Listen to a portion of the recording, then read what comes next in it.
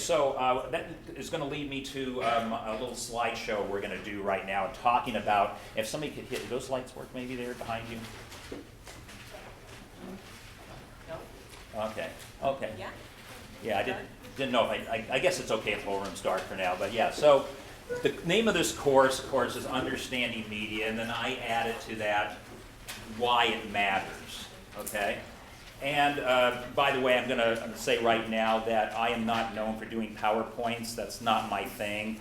But I'm doing one today. It's kind of a more visual PowerPoint. I thought it's a good way to kind of introduce the subject. But I'm very much, as you may have already noticed, I like to have discussions with you and talk about concepts. So, understanding the media, why it matters. All right, so we've already alluded to this a little bit here. But these were my daily news choices when I was in college back in the early 1980s when dinosaurs roamed the earth, okay? So you see not a lot going on here. You got the newspaper you can read if you want to read the newspaper. You have your radio, which mostly you use to listen to what you would now call classic rock. It was new stuff then. And then television, to watch, oh gosh, maybe I think I had 4 or 5 channels to choose from, all right? And of those 4 or 5 channels, maybe 3 of them did news, and they only did about a half hour a day. So you had very limited choices in terms of what you could watch, and please note the dials on the TV too. Remotes weren't a thing for most people when I was in college. You actually had to get up and turn the dial, okay? Now let's talk about your choices. It's become almost infinite, okay? You can look on your laptop, you can look on your phone, you can find any bit of information you want and have it in your hip pocket at any given time.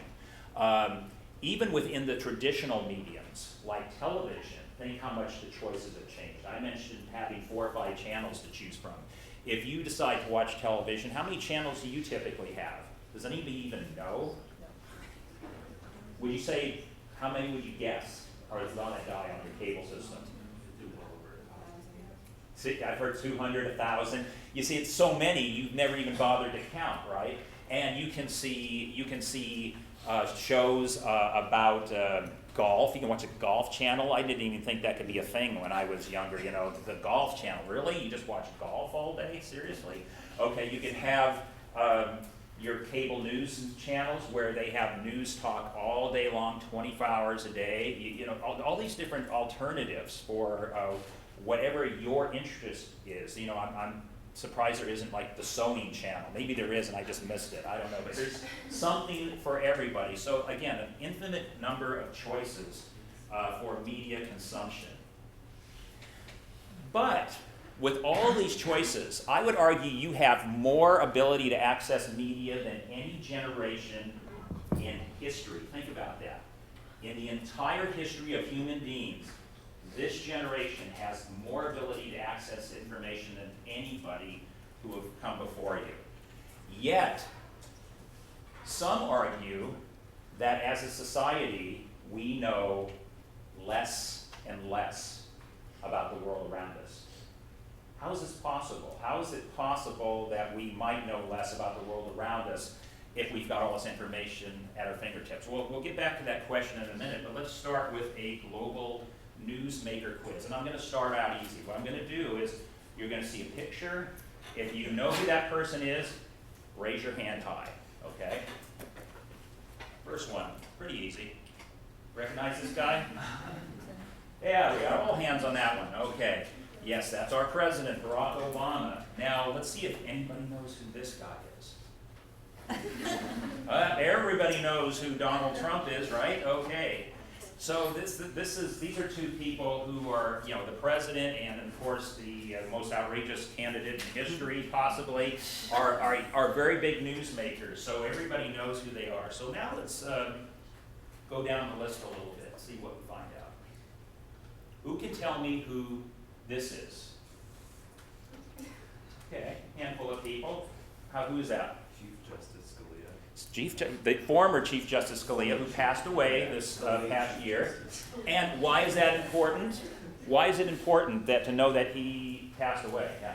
He wasn't he like now they have to choose a new Chief Justice, and it's kind of like, you just give the Yeah. new Chief Justice the balance, right? Well, yeah, basically what you have in terms of ideological split on the court, you have 9 justices traditionally for many years, 5 who tend to lean more or less conservatively, 4 who tend to lean a little bit more in a liberal direction in their interpretation of the Constitution. Okay, 5 to 4, it's pretty close. Well, so probably the most conservative voice on the court has died. What's that mean? 4 to 4. What's that also mean is that both parties want to be the party that picks the successor to the vacancy on that court. So very important. But again, I would say it looked like maybe 5 to 10 of you knew who that was. Okay. Yes, Justice Anthony Scalia. Who can name these 2 women? Raise your hand high if you know who these 2 women are. Hi, there's one. I see people doing this, like, well, I'm not sure. Oh, all right. Okay, you want to give it a shot? No, you can let somebody else. Okay, go ahead. Diane Feinstein and Barbara Boxer. That is correct. These are our 2, we only have 2 of them, U.S. Senators for California. Barbara Boxer, Diane Feinstein. So I'll call that maybe 2.5 because we had some of this going on. All right. Now, I don't expect most of you, unless you're from the area, you might get this, but who's this? Yeah, that one usually stumps the entire panel. If you are playing, oh, go ahead. Mike Thompson, all right, we got somebody who got that, yeah. This is a Representative Mike Thompson, who has represented the district that your university is in for many years now. He, as a member of Congress, is up for election every 2 years, so if any of you decide you are going to vote in this district, which you have the right to do as full-time college students here, you will see his name on the ballot, all right. We're going to spread out a little bit, move away from local and go a little wider. Who's this person? Anybody? Kind of looks like somebody who might work in administration, huh? But it's not. All right. Anybody? It's the new Prime Minister of Great Britain. Yeah, just took over a few weeks ago.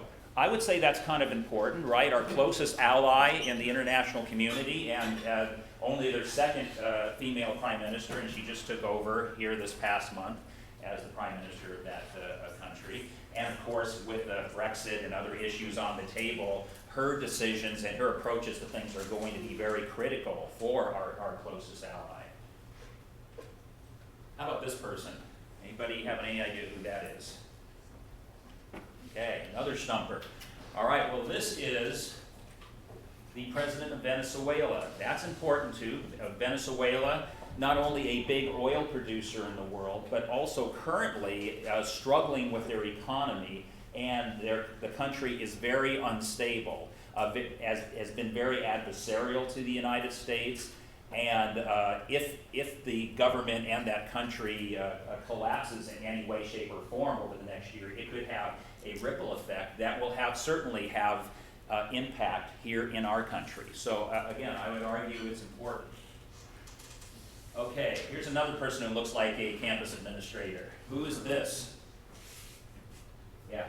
I think that's Merkel. Yes, that is our Chancellor of Germany, Angela Merkel, okay? And again, Germany, the most powerful economy on the continent of Europe, certainly a major player in world politics. And so, again, somebody whose actions, whose decisions have huge ramifications in our global community. Okay, so let's move in a slightly different direction. Well, actually, one more tough one. Okay, who's this? Stump the panel again. Okay. That's the president of Iran. Do you think it's Iran, it's important to know what's going on in that country right now? We've had a lot of debate already that over a pact that would have them break down their nuclear facilities in exchange for lifting economic embargoes. There's still a lot of distrust on both sides. So our relationship over the next couple of years with Iran is going to be very critical and could drive a lot of what ends up happening in that region of the world. Okay, well, I feel bad because a lot of you missed several of these here during this middle stretch here, and I want to help you bring your scores up. So let's see if we can do that. Anyone know who that is? Raise your hand high if you know who it is. Okay, look at that. Everybody does know. Yes, that is, of course, Miley Cyrus. Let's try another one. Anybody know who that is? There we go. Okay, look those scores climb now. This is great. And one more. Yes. Okay. So we had a slump, especially when we got international, and then when we came back to some of your most outrageous celebrities, scores went way up again. What does that tell us? Huh? In a world more connected by media technology than at any time in human history, why is our understanding of global issues no greater and perhaps even less than before? Anybody got any theories on that? Yeah, in the back. Because the media, like the common media, like news outlets and stuff, seem to be more focused on pop culture and what's happening in the personal lives of people rather than global events. Mm-hmm. Yeah, what did you have to say? I think pop culture is definitely more promoted in, where we are, and we know what's happening internationally, so it doesn't really seem that important. Mm-hmm. Maybe because not enough connections are made between international news and our own world at home. Yeah. How their stuff affects our stuff. Mm-hmm. Yeah. And one more here. Over here. I just think the media shows us what we want to hear. So if we respond positively to celebrities and all these other things, then that's what they're going to target to us, not political and national news. Okay, and you hit on the crux of it. All your answers were good, and I liked your answer to tie it all up at the end, because that is a very key point to make. You are absolutely right when you say the media feeds us what I would call a lot of junk news, junk food news. We get a lot of that through the media, but sometimes we don't examine why that is happening, and that's a really good thing to look at. The fact that, let's say, one channel one night says, coming up tonight at 6, we're going to tell you all about the most outrageous thing that Kanye West has done yet. Okay, and then the other station says, coming up at 6, we're going to tell you why doing certain things will be absolutely vital to save our university systems in California, an in-depth examination of how to save our university systems. Okay? Who's going to get the ratings that night? Yeah. So, I couldn't hear totally the answers, but I'm assuming you're saying that Kanye's going to get the ratings, right? And the point is that if we have a certain responsibility in this too, and this is something that I'll be arguing all semester, us being more activists in terms of not watching the things that maybe we don't need to be watching, and rewarding media outlets and media websites that take the time to try to give you information that helps you make sense of your world. Okay, so, but as several of your answers indicated a minute ago, there are problems with today's media. There are lots of problems with today's media. So let's take a look at some of them. Okay, first of all, approximately 90%, give or take, of the world's media is owned by give or take 5 or 6 conglomerates. Think about that for a second. 90% owned by 5 or 6 conglomerates. That's the world media, not the US media, the world. Why is that possibly a bad thing? Yeah. There's only 5 or 6 people that are dictating what we can and can't see. Absolutely, yeah, go on. So therefore, it tends to be very biased. Yeah, absolutely, again. Yes, and you tend to get a very smaller number of voices sharing what's going on. Yeah, go ahead and back. It's a monopoly complex. Yeah. Yeah, and that's the problem. And this is, again, we'll get more into this later, but this is another reason why the internet can be such a powerful tool, because that is one area where it can still be democratic, although we'll also examine ways the democracy of the internet has been threatened as well. Okay, so corporate profits taking precedent over public service. This is becoming more and more of a trend. As conglomerates take over, it changes what news outlets do. For instance, when I started in the news business, a lot of local media was still independently owned, and by that I mean owned by an individual or a family who actually lived in the area, who were invested in the community. To them, for instance, news was a public service, an important public service to serve the community they lived in. So even though news didn't make huge profits, it could still make a profit, but it doesn't make huge profits because you think of all the bodies you have to hire if you're in broadcasting, all the equipment you have to buy. It's an expensive endeavor, but even if it was making a profit, even if it wasn't making a huge profit, they would still keep it. In today's environment, though, when it's corporate owned, what do you know about corporate owned media or just corporations in general? They have, most of them have shareholders. People buy shares in their companies. So think about that. Do you think if you're going to a shareholder meeting and you say to them, well, I know we didn't make very big profits with our news this quarter, but hey, we sure are providing a public service. You think shareholders are going to say, okay, I'm good with that? No, they want to make money. And that's part of the problem, is that as things become more corporate, the dollar becomes more important. I mentioned the trend toward bias on multiple levels. Again, this is something we'll examine this semester. International news bureaus favor industrialized nations. We are getting the ability, thanks to things like your iPhone and the ability to Skype and do other things, we are getting the ability to go to more remote regions of the world. But in terms of the major news organizations, they tend to have bureaus in all the usual places, London, Paris, industrialized countries. And third world countries tend to get ignored unless there's a disaster or a war. And this is also why we don't know what's going on. I can use Syria as an example. We don't know that there's a humanitarian crisis until it's already upon us. Hyper-competitive climate has led to more sensationalism and infotainment. A few of your answers just touched upon that. The fact that and I don't think we can overestimate the concept of the hyper-competitive climate. For example, think of media revenue as a pie, right? Now, think about what I said about stations I have on television. Let's talk about television media. 5 stations. So what does that tell you? How many pieces of the pie are there? 5. Some might be larger than others, depending on viewership, but everybody's got a pretty good chunk of pie there, all right? Now, think about today's television media, where you might have, I'll use the answers we got shouted out, 200 to 1,000 stations. Those are pretty minuscule slices of pie, aren't they? And I still have lots of friends in the media business who tell me, and who are very ethical people, by the way, who tell me it's getting harder and harder to avoid the infotainment because we're fighting for our lives now.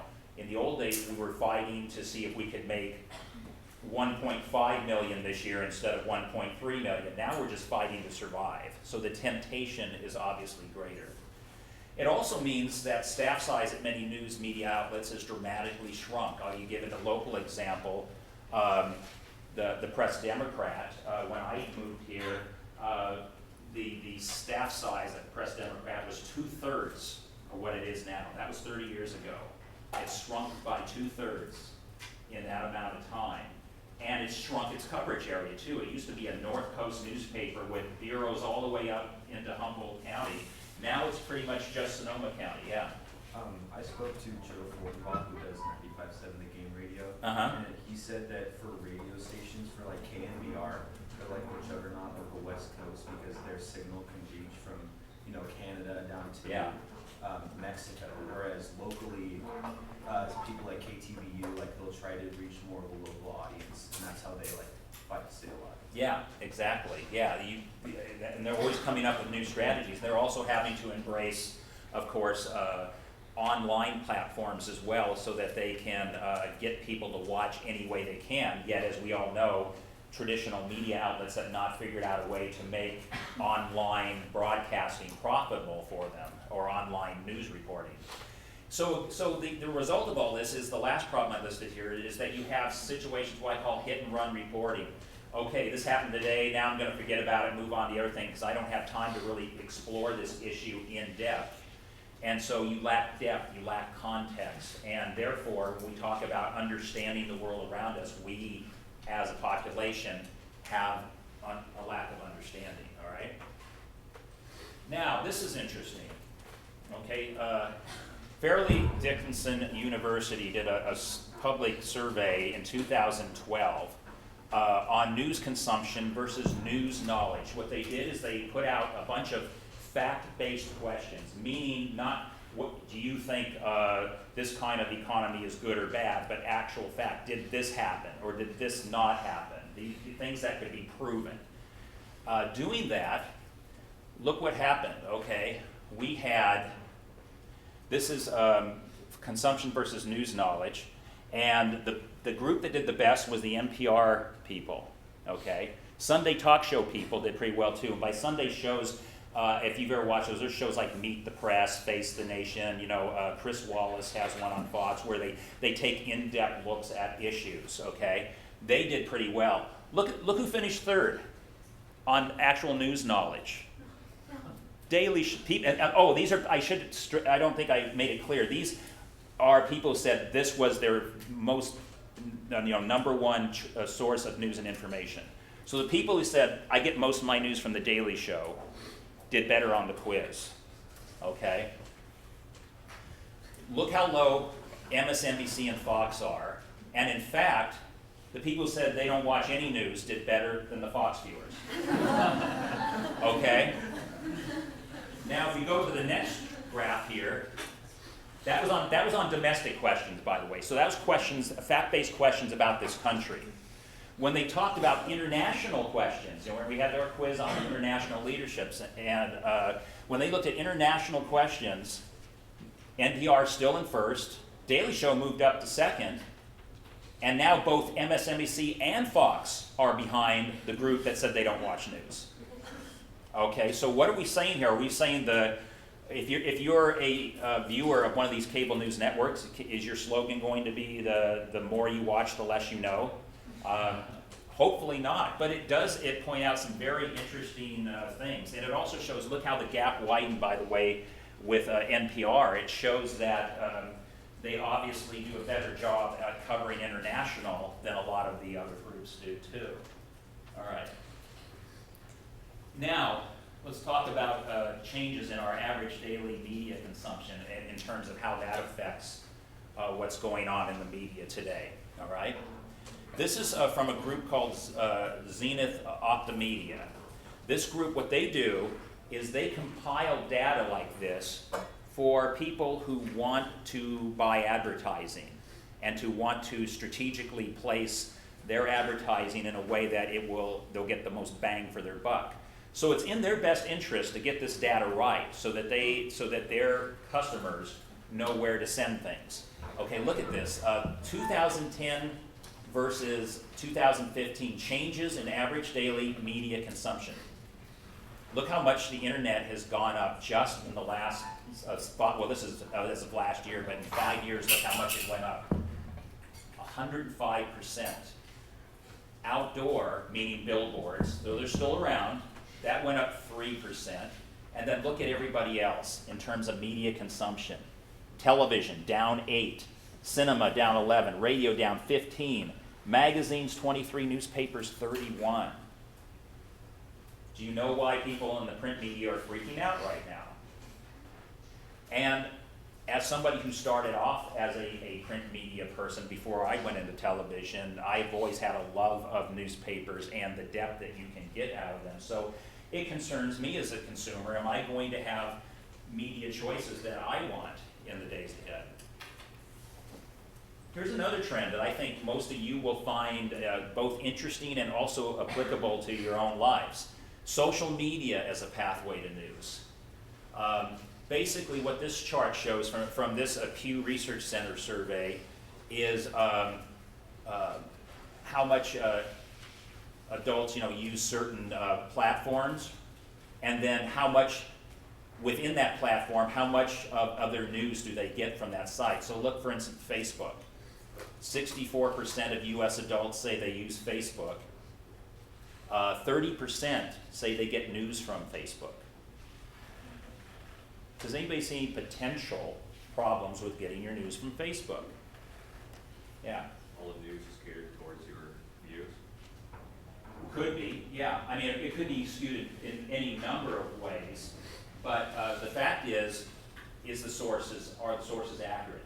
I don't know what you notice when you're on Facebook with your friends. When I go on there, I have friends from all over the political spectrum, that go way back all the way to high school. And all the time I'm seeing somebody post something, and let's say, for instance, it says, the outrageous thing that President Obama did, and I read the article, and it's totally bogus. It's totally bogus. And so I found myself becoming the Facebook police, when somebody posts something like that. I'm the smart ass who puts the comment, this never happened. And then I'll give them the link to show them what really happened, and then they probably think about befriending me at that point. But the fact is that there's, we see news items on Facebook that people post on their walls, but do we actually spend time to vet them, to see what's the source? Okay. Because that's really important to know who is giving you that information as to whether it might be skewed in one direction or another. Okay? So, in terms of this kind of situation, Facebook is also looking into hosting content on the website, and they've actually started doing this, although I haven't noticed it really exploding in a big way yet. But basically, that they're working on agreements to host content from the New York Times, BuzzFeed, and National Geographic, so that they'll pop up certain articles from there, just Facebook itself, not some random user. And I think this is definitely a reaction to the fact that they see people are actually picking up news. So they're trying to get of news sources on there that can make it a little more possibly reliable. So with the internet and social media increasingly becoming the source for news and information, what are some of the inherent dangers? Well, we've been talking about them, haven't we? Fake news accepted by many as real news. These are a couple of actual stories that popped up on Facebook. Kim Jong-un named sexiest man alive. Obama has my vote. He gave me a free phone. Okay? And people will get outraged by it, and it spreads. It spreads everywhere because people see these stories and they don't vet them, and they continue to spread them. I'm trying to think of a few stories. There was one when the internet was a little bit younger. This is a good story. When the Harry Potter movies were at their peak of popularity, okay, there was a story that was out there, particularly in some religiously fundamentalist groups that were attacking the Harry Potter books for promoting basically Satanism, because they said J.K. Rowling was a Satanist. And this was spreading all over the internet. I met people who actually said, oh yeah, that's true, I read the article. Well, yes, there was an article where she gave these answers, except the article actually originated from The Onion. If those of you familiar with Harvard's satirical newspaper. Somebody saw it, didn't realize they were reading something satirical, started spreading it, and to this day there are still people out there who think it was real. There was one, when I was Facebook policing last year, there was a story that expressing outrage that President Obama had all the flags around the country lowered to half staff for Whitney Houston after she died, but he didn't do it for Iraq war dead. And there were two problems with the story. First problem was he never did that. He never ordered them flown at half staff. Secondly, the only place that did order flags flown at half staff for Whitney Houston was the state of New Jersey by Governor Chris Christie, because Whitney Houston is from New Jersey.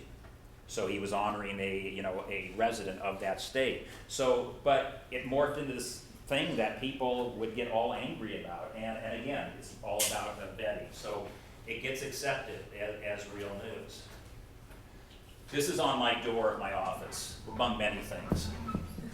You know what you did wrong, son? Yes, sir. I shared something on Facebook without checking facts and encouraged bullshit to propagate, leading to the dumbing down of humanity. All right. And it's not just us. It's not just us as individuals who are doing this. Media professionals are making the same mistake. Last year, Fox News host had to apologize for going on the air and saying that Obama was fundraising for a Muslim museum. And then she had to issue this apology on Twitter. Just met with producers. I made a mistake yesterday after receiving flawed research about a museum possibly closing. My apologies, won't happen again. The flawed research was something somebody posted on social media.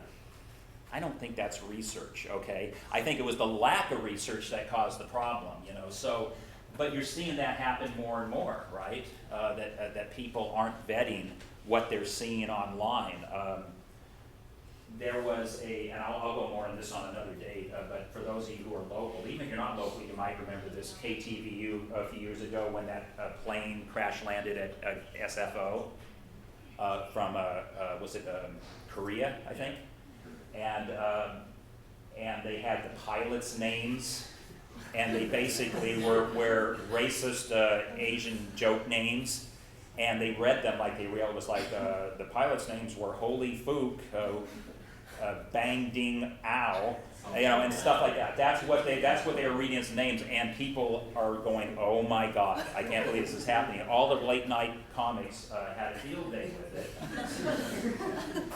Well, again, you know how this started? I'll tell you the whole story later because I know people who work there. But basically, it started with an email somebody got, and they just accepted it as fact, and they didn't vet the information. They wanted to be the first ones to have it. So it happens among the media professionals more and more too now that the internet is out there. In fact, Facebook just last year, it says it's going to start cracking down on hoax news stories. I was very encouraged when I read this, but I'm still Facebook policing all the time, so I'm not sure just how well that has been working out. So what we have now is a fundamental shift in how we define mass media. In your book, in your textbook, they talk about the traditional definition of mass media. That was the question I asked at the beginning. How would you define mass communication? How they defined it traditionally is that traditional forms of media have a one-to-many orientation. Another property of mass communication is that the senders are known, but the receivers are not. Meaning, you know you're getting it from NBC, but NBC doesn't necessarily know who you are, okay? Additionally, most mass communication is not amenable to direct feedback from the receivers of the messages. The traditional forms of mass communication are not interactive. Thus, mass communication is usually a one-way communication from a known sender to a mass of anonymous receivers, okay? That's the traditional definition. Why is that definition outdated now? Yeah? Because you can interact with your media now. Yeah. You can not only interact, you can interact instantly. You can go out online and post comments. Again, remember, you're media providers now, so you can get your own followers. I know lots of people who have been very successful with their social media and have lots of people following them. So you could, if you have something important or something interesting to say, you could become a source of media to lots of people out there. So, and the information can move in any number of directions. And that's what makes the discussions we're going to have in this class this semester so fascinating, is because it is so fundamentally changed from this definition you see up here. Why is it important? If your kids are awake, this is from the New York Times 6 years ago now, if your kids are awake, they're probably online. According to this article, the average young American now spends practically every waking minute, except for time in school, and I would argue, based on some of my classes, even when they're in school, using a smartphone, computer, television, or other electronic device, according to a new study from the Kaiser Family Foundation. We say that's probably true. You say you spend a lot, thinking that your phone is media. You spend a lot of time with media? Yeah. How much time do you think you spend with media on a daily basis? What do you think? Anybody have a guess? Nobody? 5 hours? Huh? 5 hours? 5 hours? Anybody else? Yeah. 7? 7? Okay. Let's see what recent studies have found. Okay. Some research indicates up to 8 hours a day spent on media consumption. That's like having a full-time job consuming media, right? Think about that. 8 hours a day. And you see how it's broken down according to, this is Zenith Optimedia. This is the group that compiles data for potential advertisers to show them where their money is best spent. And check out how that breaks down between television, the internet, radio, newspapers, magazines, cinema. And you can see television still doing well. Internet, as you can see, is getting stronger every year. If you look at newspapers and magazines, they're the two colors at the top. Okay.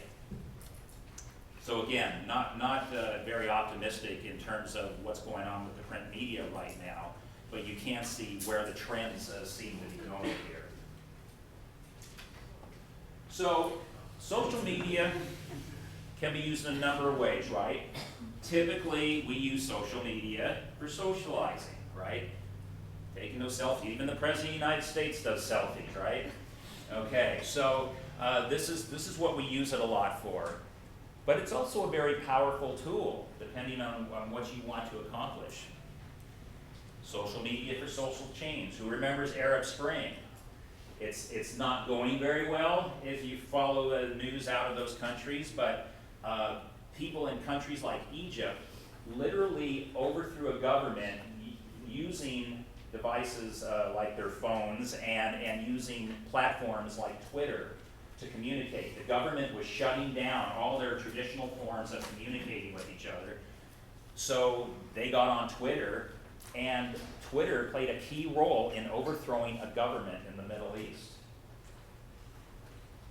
Kind of makes those selfies kind of feel silly, doesn't it, in comparison? See how other people are using this. But what it does demonstrate, and there's nothing wrong, by the way, with watching entertainment. I love entertainment. I love having fun with media. But I think what we're trying to talk about here is to think about the balance in your lives. Do we need more Kanye stories, or do we need more international knowledge? These are the kind of things we need to consider. Can I use my media to make myself a more aware citizen of the world?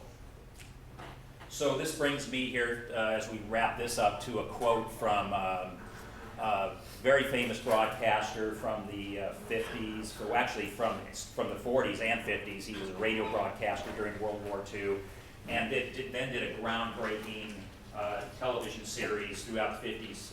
His name was Edward R. Murrow, and he was known for doing important stories. He did a groundbreaking story on the exploitation of migrant farm workers before anybody was even talking about the subject. So he was ahead of his time like that, exposing problems and doing something about them. And Edward R. Murrow, in a speech where he was being honored for his body of work, one thing, he said this about television. This instrument can teach, it can illuminate, yes, and even it can inspire, but it can do so only to the extent that humans are determined to use it to those ends. Otherwise, it's nothing but wires and lights in a box. Okay, so turn the lights back on. So think about that quote for a minute. And could you take that same quote from 1958 and maybe apply it to our internet age now? I think the internet is a magnificent way to not only create world change, but also to bring us together as a global community to help solve problems, but only if we're determined to use it that way. So that would be my final message for the day in terms of what we want to think about this semester as we go through this class. I'm going to let you guys go a little bit early today, but I do want to give you a reminder that we will be discussing topics from Chapter 1 next week about how we as a world, our social world, interacts with the media around us. We'll also watch a short documentary that examines that interaction and why media at its best can be so impactful. So read Chapter 1 ahead of that, and we will see you next week.